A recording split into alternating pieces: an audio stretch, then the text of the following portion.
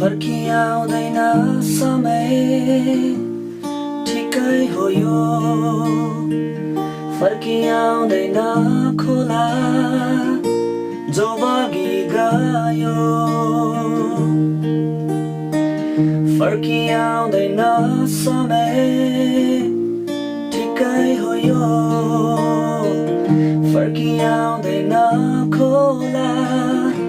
जो बगी गयो फर्किआउँदो रहेछ तर येशूको ऋतु धैर्य रहेछ उनको प्रेममा फर्किआउँदो रहेछ तर येशूको ऋतु